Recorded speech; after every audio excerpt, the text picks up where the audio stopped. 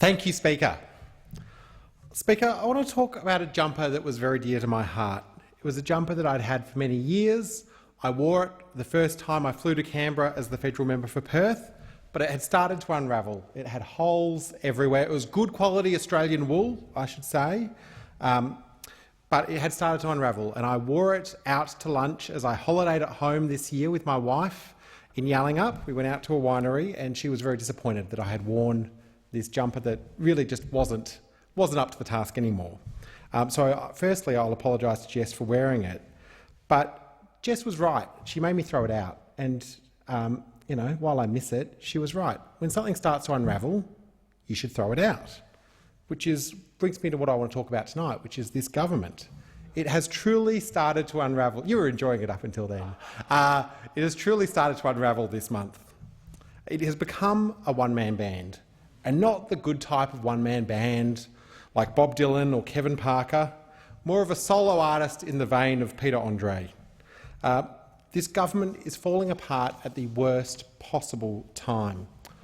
I saw on my Instagram feed today a meme from the Treasurer, which is good to know that what he's been working on. He's been working on that meme, I'm sure, for days and days, saying that he wants a road out in Victoria, which sort of made me think, where's his roadmap? Where is his roadmap out? Where is his roadmap on debt?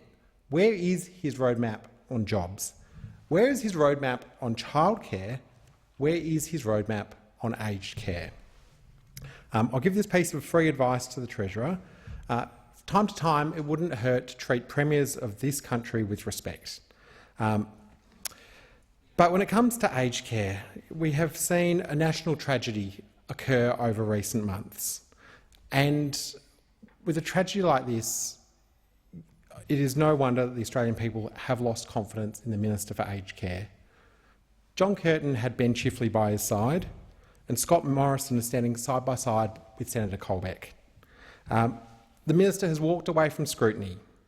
If he's not sacked, in my opinion, he should do the decent thing and resign, because he has failed to develop a plan for our aged care system.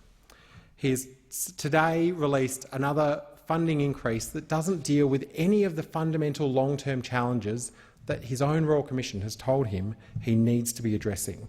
And the excessive waits for home care packages is something that my electorate is well and truly over when it comes to this government. Labor last week released a very clear plan on what could be done to fix aged care now.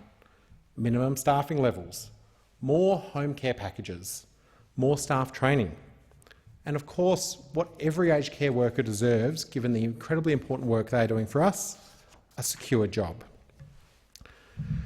But when it comes to training, when it comes to providing secure jobs for people, this government's only plan in the education space is a knowledge tax, a tax on people who want to go to university.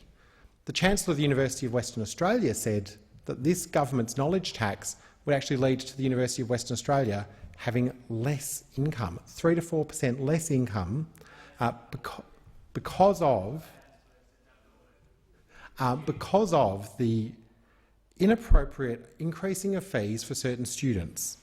Now, I've had the Minister for Education try and shut me down when I've spoken in this place. When I tried to speak about the hard border, he got up and he shut me down. When the Leader of the Opposition today tried to get up and speak, the Minister for Education shut him down. And now he is trying to actually shut down our knowledge institutions by whacking a huge amount of fees on the young people of tomorrow. But I should recognise there are intellectuals. There's the member for Hughes, someone who well and truly listens to the experts when it comes to health policy, and we've got the Liberal Party in Western Australia who seem fit. Now, this might be a shock to some of those in the chamber who come from other states, but in Western Australia, we don't have politics in our local councils. People don't stand as party representatives. But the 500 Club, an affiliated entity of the Liberal Party, last week thought it was appropriate to run a fundraiser off the back of the Perth Lord Mayoral election. This was completely unacceptable. We have just had a 2-year inquiry into the City of Perth looking at the inappropriate conduct of councillors. and for the 500 Club to try and fundraise off the back. The member's time has concluded. The question is the House to now adjourn, and I call the member for Goldstein. Thank you, Speaker.